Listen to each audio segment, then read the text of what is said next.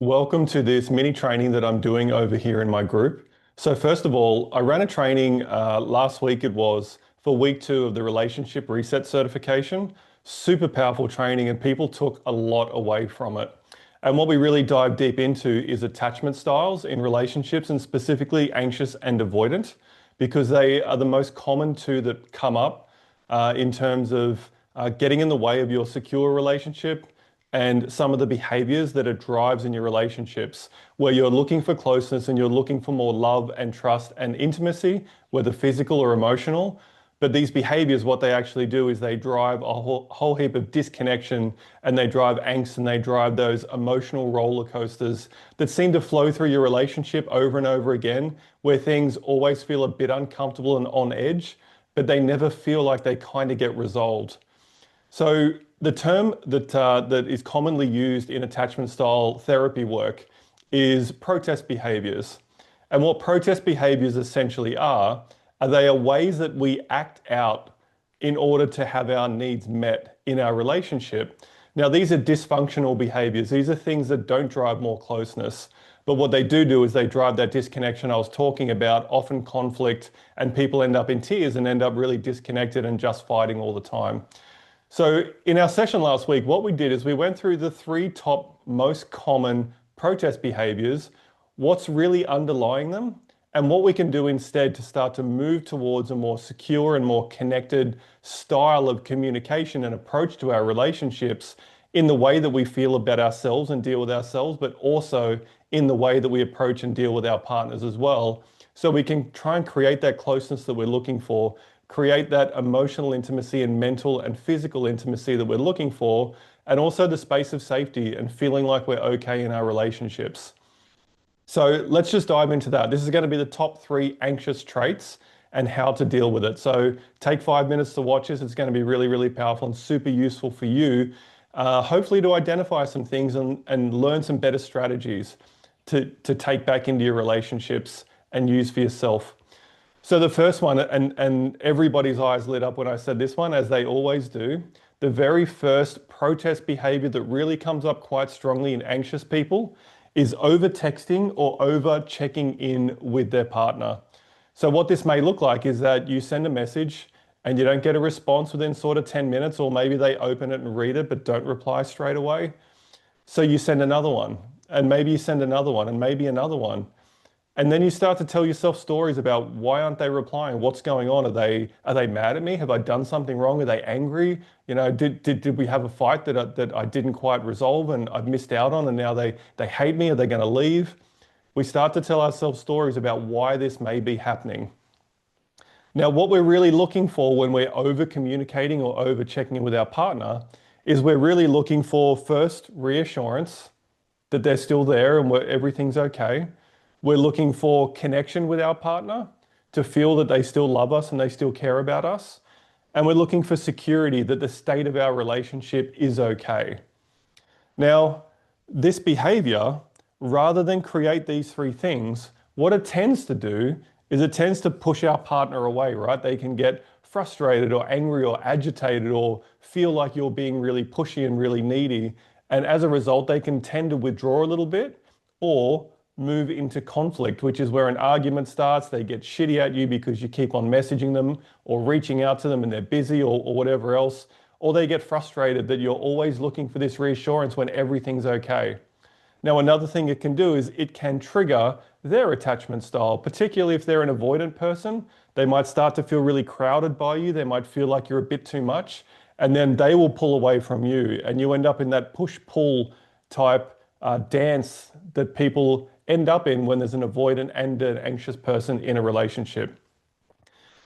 Now, how do you approach this instead? So the first thing is to communicate effectively.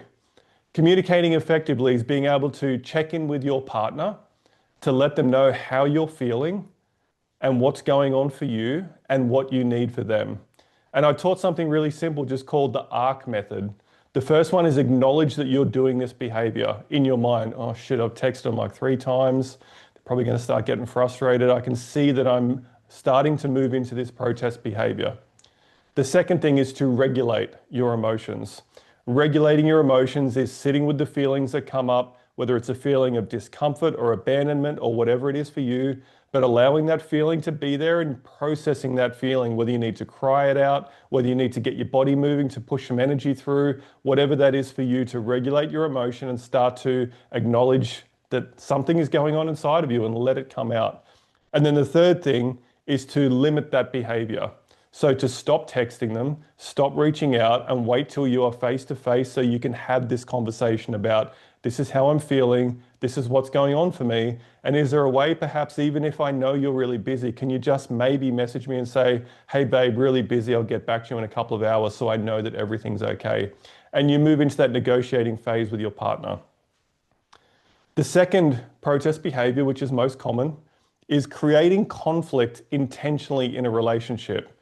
Now, creating conflict might be about being really snarky and making comments. It might be about being nasty. It might be about intentionally saying something or doing something that you know that they dislike to try to create some conflict because you're looking to get the energy up. So what you're really looking for is you're looking for a response. You're looking to be seen. You're looking for validation. And you might even be looking to discharge or release a little bit of your stress onto your partner.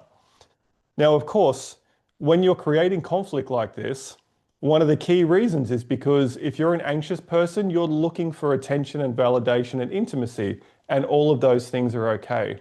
And of course, if you end up in a fight or end up in a disagreement or an argument, there is at least engagement with your partner rather than having disconnection, which is the worst thing that you can feel when you've got that anxious driver behind your feelings and behaviors and emotions in your relationship. Now, unfortunately, when you do create conflict as a way to get close to your partner, what generally ends up happening is there's lots of tears for starters.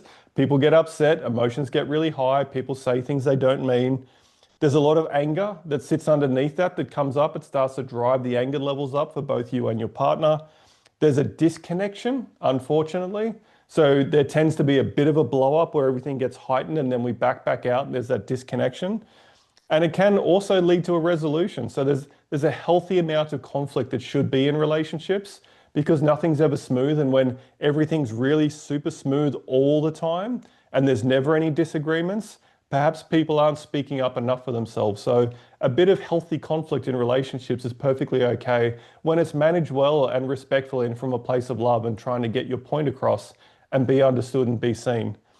Now, one of the most important things you can do if you find yourself constantly creating drama and conflict in your relationship, as well as using that ARC method, which is acknowledging, regulating, and communicating, you also need to start to name that feeling. So you need to start to understand what's really underneath this anger. Because when you're creating conflict, it's generally coming from a space of anger. What's really underneath this anger? And how do I manage that feeling? So is it grief? Is it disconnection? Is it discontentment? Is it a feeling like they're not in love with me anymore? Is it frustration? What's really driving this anger? And then communicating that to your partner effectively.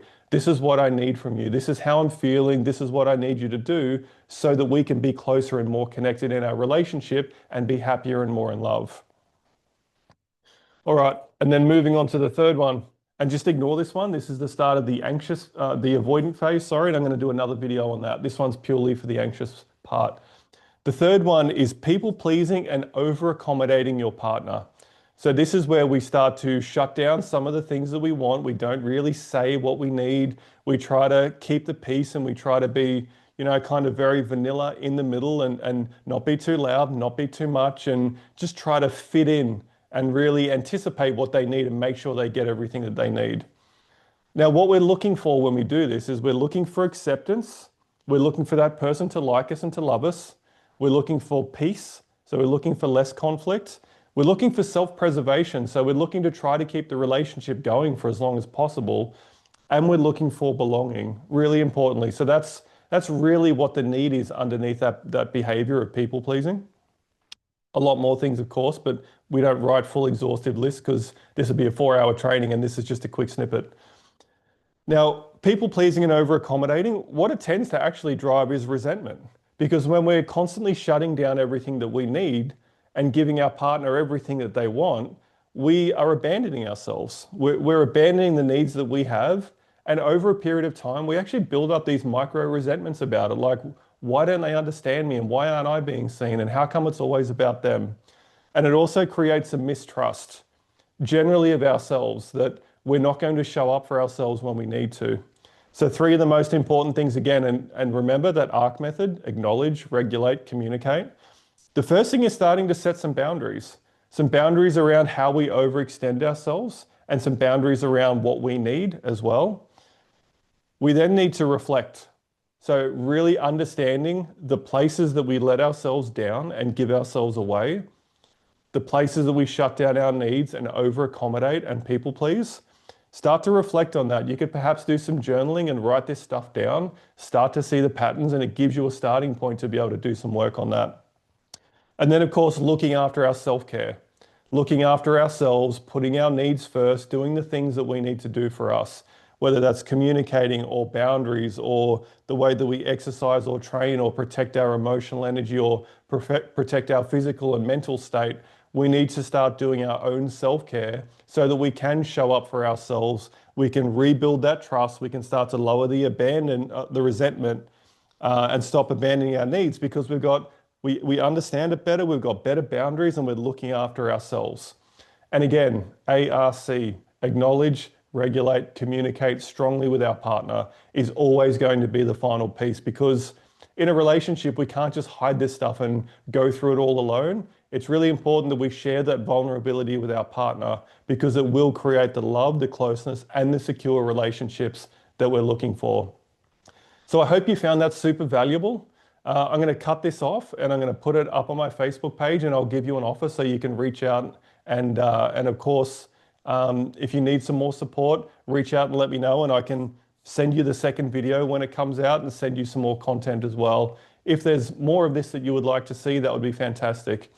And I would also love it if you could just jump in and leave a comment, say what you loved about the video, what you liked, if it was helpful. And also, again, let me know what you would like to see more of, so I can incorporate that more into the stuff that I'm doing for you. Because this is just about adding value and helping people to have great relationships, because we need more people doing that. We need more people in secure relationships and being able to help others.